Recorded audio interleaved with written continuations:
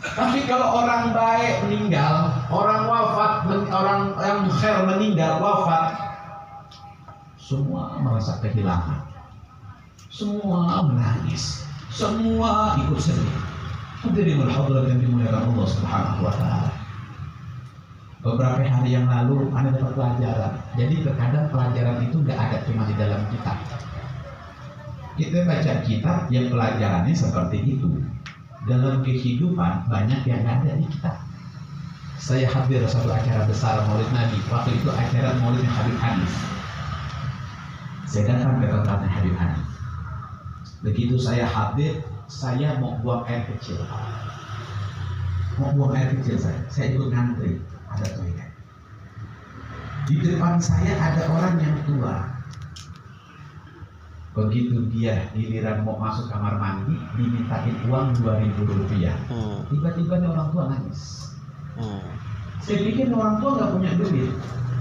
Saya pengen bagi, saya takut salah karena saya punya pengalaman. Waktu saya pernah berangkat ke Tanah, ada orang pakaiannya nggak bagus, pakaiannya seperti pengemis. Saya bagi duit, Pak, saya dicaci maki. Emang saya pengemis? Kata dia. Ya kita baik dan bagi, makanya kalau lagi jalan jangan terlalu baik-baik banget deh. Kita kalau pakai baik-baik banget disangka pengemis kata. Saya punya niatan baik sama tuh ibu-ibu, saya bagi duit 10.000, saya dicaci maki. Akhirnya saya tanya, bapak kenapa nangis? Kalau bapak nggak punya duit, biar saya yang bayar. Ini si bapak ngomong begini, Beb, jangankan buat bayar 2.000, Ane mau bikin ini tempat bisa, Ane mau beli ini kamar mandi bisa. Terus apa yang menyebabkan antum nangis? Beliau mengatakan, Ane mau masuk ke tempat yang penuh dengan najis, mau masuk ke tempat yang diisi oleh syaitan, anak harus bayar baru anak bisa masuk. Bagaimana anak bisa masuk dalam surganya Allah? Bagaimana anak bisa masuk dalam tempat yang Allah ridhokan? Apa yang anak harus bayar kepada Allah Subhanahu wa Ta'ala? Bayar. Apa yang mau kita bawa ketika kita sampai di rumahnya Allah Subhanahu wa Ta'ala? Antara surga dan neraka, antara jannah dan neraka. Apa yang mau kita bawa bekal? Meninggal seperti orang yang pulang kampung. Orang Pasir Putih, kampungnya paling jauh Bojong. Ada juga mungkin orang Jawa di sini yang kalau pulang kampung di Jawa. Coba kalau lebaran mau pulang kampung, yang ente bawa apa? Itu motor isi udah 2-3 tas, anak depan di 1, 2 di depan, belakang juga ada 2 bininya. Sampai tuh bini duduk di tempat yang ada besinya motor. Saking yang marah. Kita bawa udah segala macam, yang di sini pisang, yang di sini begini, itu motor. Masya Allah, tuh orang mau pulang kampung waktu lebaran. Terus hari ini ketika kita pulang ke rumahnya Allah, apa yang mau kita bawa? Apakah bisa kita sama pulang ke rumahnya Allah membawa begitu banyak bekal untuk menghadap Allah Rabbi Jalla Jalaluhu fil ula? Ini baru keluar nih. Begitu masuk dalam kubur, ketemu pertama kali sama penduduk yang namanya Sujaul Aqra. Sujaul Aqra, Pak, itu ular. Ularnya itu paling terbesar yang ada di dunia ini, bahkan mengalahkan ular yang paling besar yang ada di dunia. Ular piton paling gede, anaconda paling gede, 100 kali lipat kekuatan dan besarnya, namanya Sujaul Aqra. Tuh penduduk pertama yang bakal nemuin kita di dalam kubur. Tugasnya ngapain Sujaul Aqra ini? Begitu masuk jasad ke dalam kubur, Sujaul Aqra itu membelit daripada tubuh kita sampai tuh kedengeran suara. Kerjaannya Sujaul Aqra. Hancur tulang-tulang kita, dimakan, dimentahkan lagi, dilepekkan lagi, hidup lagi. Kulayom, setiap hari tugas Sujaul Aqra melilit tubuh kita, menghancurkan, melilit tubuh kita, menghancurkan. Bagaimana sakitnya? Allah. Ini belum ditanya sama malaikat. Ini malaikat belum masuk. Baru ketemu dengan tentara Allah di dalam kubur. Terus di dalam kubur kita mati? Enggak. Di dalam kubur kita kayak begini hadirnya. Habib emang cerita begini, Habib pernah mati belum? Terus Habib tahu dari mana? Tahu daripada kitab yang diajarkan oleh para ulama. Karena ulama-ulama kita, beliau bisa melihat sesuatu kasyafnya, sesuatu hal yang akan terjadi ke depan. Itu ulama kita. Hadirin, begitu masuk ke dalam kubur, di dalam kitabnya dijelaskan, Sujaul Aqra melilit tubuh, jahadal malaikat, datang nih malaikat baru nanya. Bertanya apa malaikat? Yang pertama, al-awalu al-ibamus sholat. Yang pertama adalah tentang perkara urusan sholat. Hari ini berapa banyak kita ninggalin sholat? Hari ini berapa banyak di antara kita yang duhurnya tadi kelewat, maghribnya kelewat, apalagi subuh kalau saya disebutin. Kalau kita mau jujur-jujuran, Berapa banyak subuh hari ini? Biasanya sholat subuh jam berapa? Setengah 8 gitu. Ada juga begitu, ada jam 7 subuhnya. Kalau orang sini insya Allah setengah 4 udah pada bangun. Hadirin, pertama yang ditanya iqamatus shalah, di tentang sholat. Yang kedua ditanya bukan hal perkara yang lain. Yang kedua yang ditanya hubbuhu Rasulillah. Punya cinta apa enggak sama Nabi Muhammad? Kalau kita enggak punya cinta sama Nabi Muhammad, sholatnya berantakan, dipastikan Anda berada dalam neraka Allah Subhanahu wa Ta'ala. Walaupun kita ahli sedekah, walaupun kita ahli berbuat baik, enggak punya cinta sama Rasul, enggak punya cinta sama Nabi, dakhala ilan nar, masuk di dalam tempatnya nerakanya Allah Subhanahu wa Ta'ala. Saya sering bahas perkara ini. Saya pernah membahas urusan hal ini, kisah ini di beberapa tempat, mungkin di sini pernah juga saya bahas. Saya ulangkan seorang sahabat yang dimana katanya orang besar, orang luar biasa di salah satu negeri, tempat yang diberkahkan Allah, yang dimana di tempat tersebut ada makamnya Nabi Muhammad. Ini di Madinah, ini penduduk Madinah luar biasa, setiap hari sholat 5 waktu di Masjid Nabawi. Sholat Allahu Akbar tiap hari, gak pernah ketinggalan. Orang sekali umroh berangkat sholat di Masjid Nabawi, pahalanya sekian puluh ribu sholat di masjid-masjid yang luar. Ini tiap hari sholat di Masjid Nabawi 5 waktu berjamaah. Tiba-tiba wafat, meninggal dunia. Begitu dikubur, hadirin, jasadnya nggak mau ngadep kiblat, diangkat, dibalikin, balik lagi nggak mau ngadep kiblat, diangkat lagi, dibalikin, nggak mau lagi, sampai 3 kali penggali kubur pegel.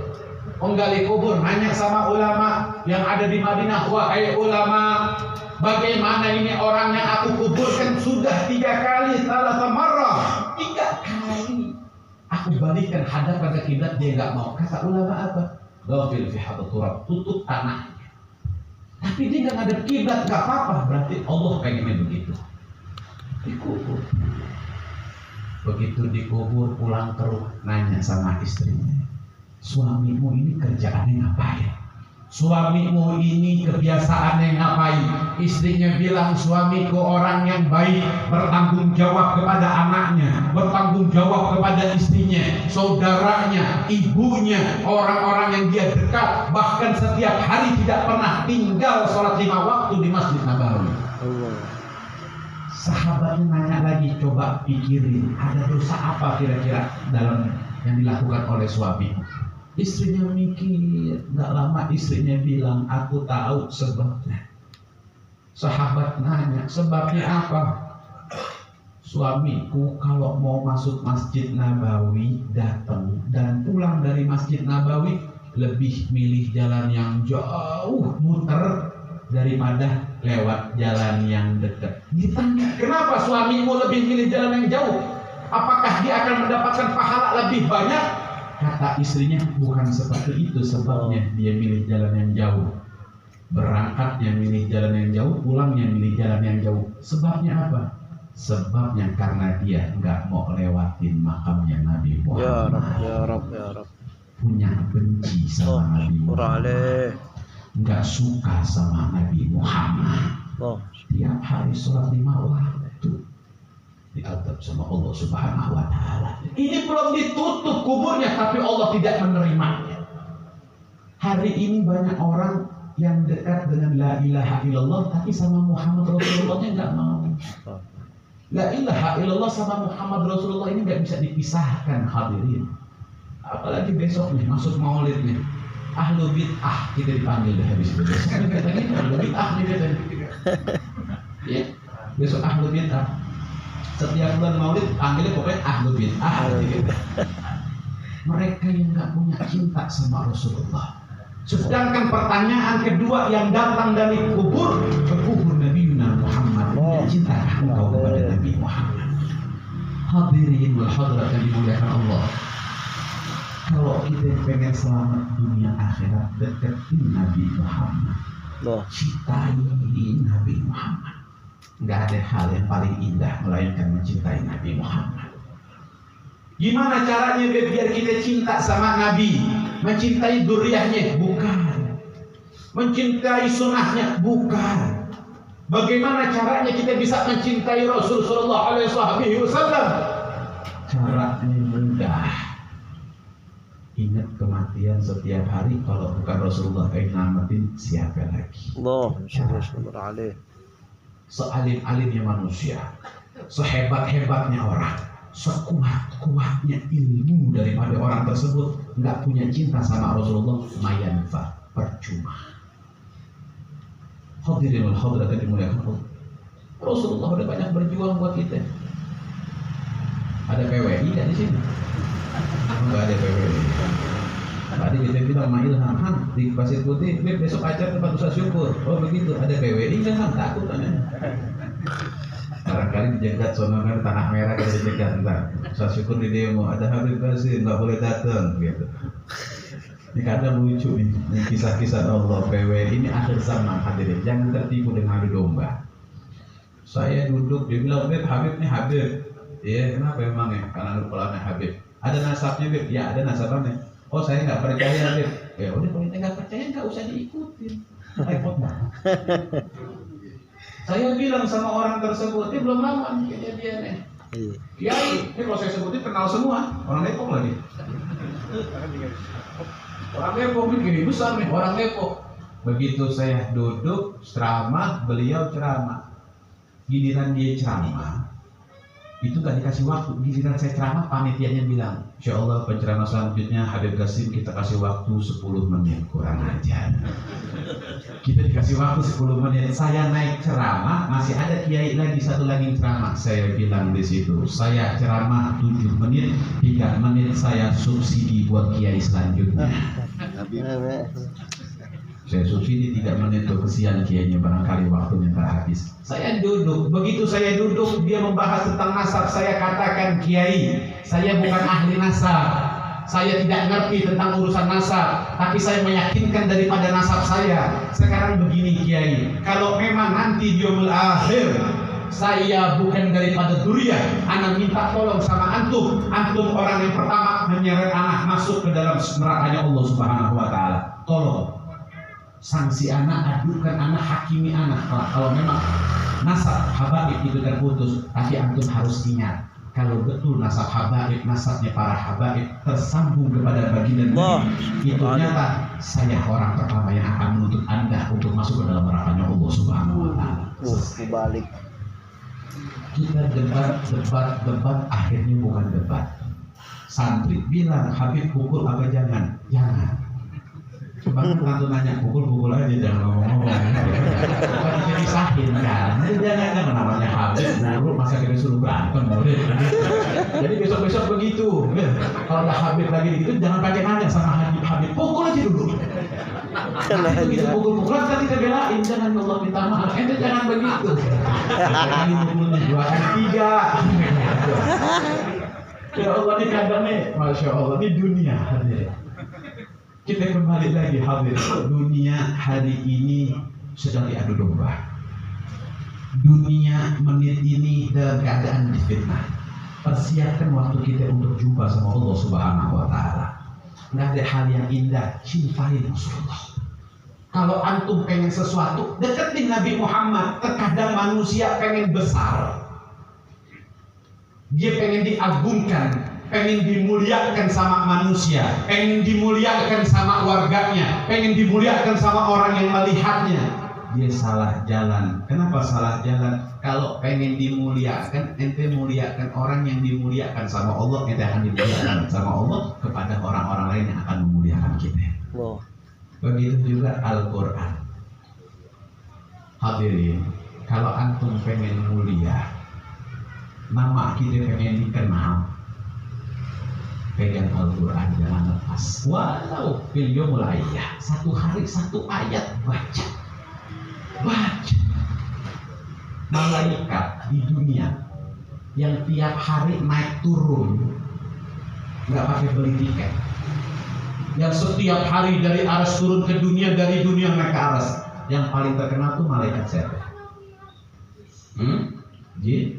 Jibril paling terkenal.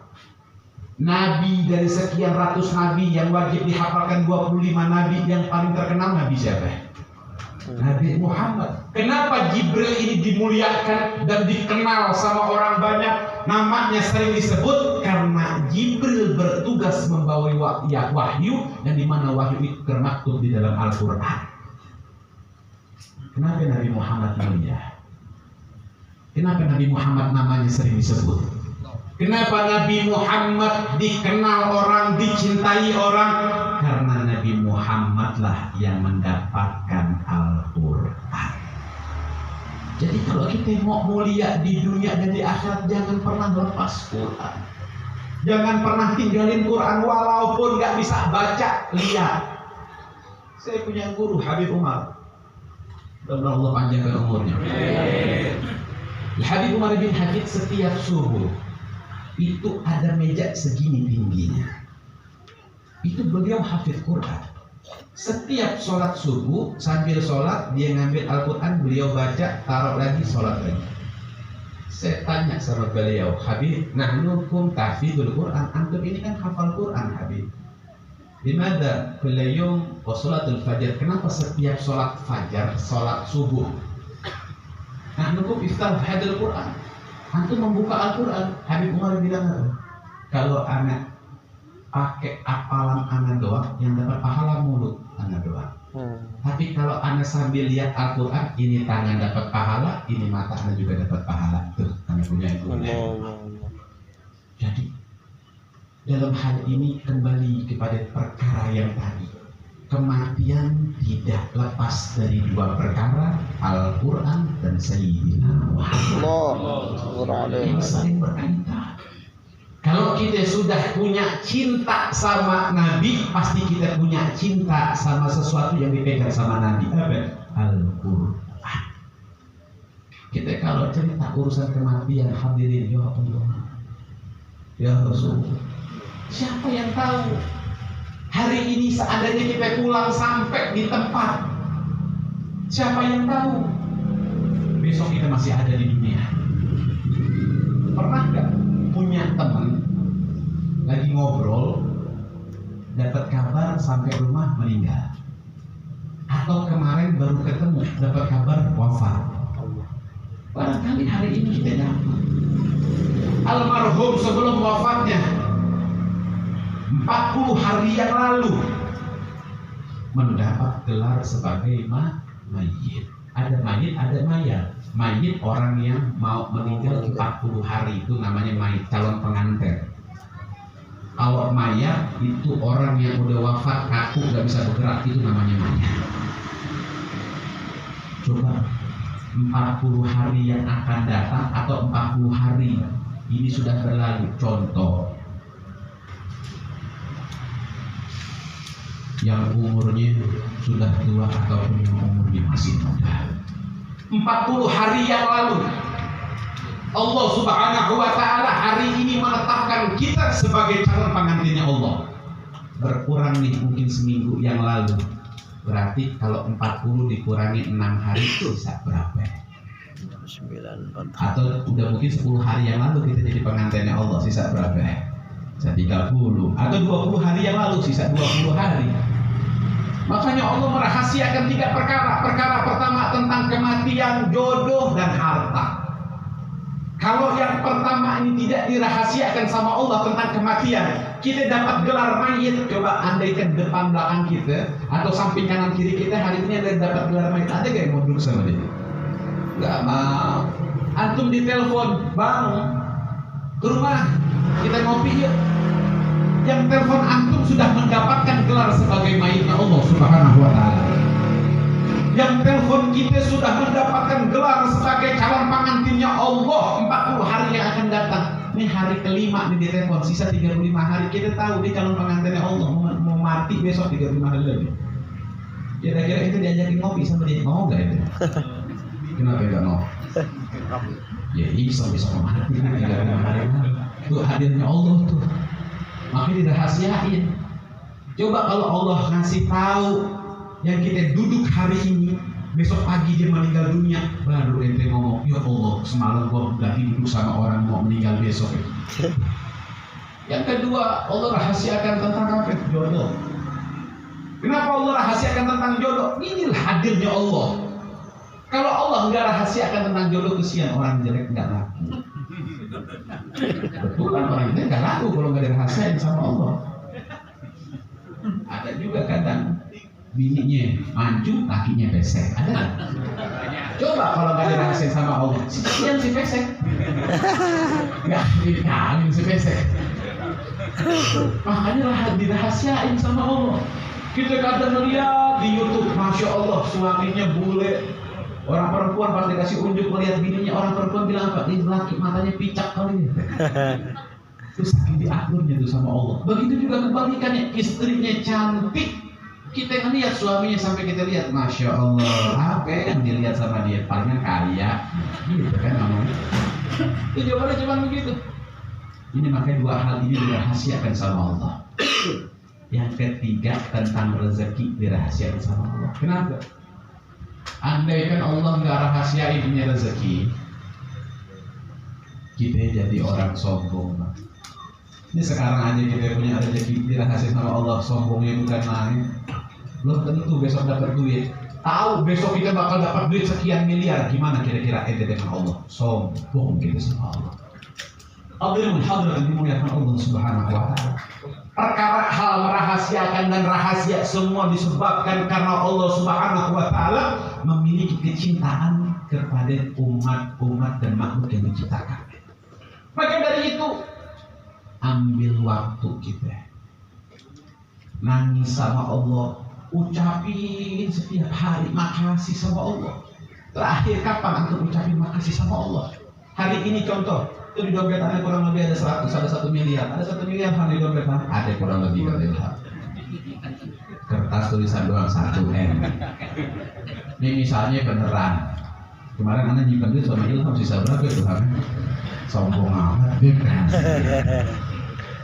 Ini saya kasih duit nih, hadirin nih malam nih saya kasih duit misalnya, mau nggak 1 miliaran saya kasih? Oh mau, bukan main Beb. Kebetulan pinjol lagi akhir bulan. Hadirin, begitu saya kasih ini uang ke hadirin malam ini 1 miliar semua bubar dari sini, saya bilang tapi besok pagi itu mati. Aneh nanya kira-kira jadi yang ambil atau enggak? Nggak jadi. Memang apa? Ya mati buat apa itu? Misalnya ada pilihan tuh, terima nih malam 1 miliar. Kita udah lihat nih besok nyampe nih umurnya.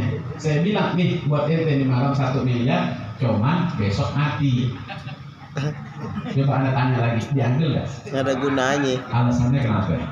Nggak berguna. Mati.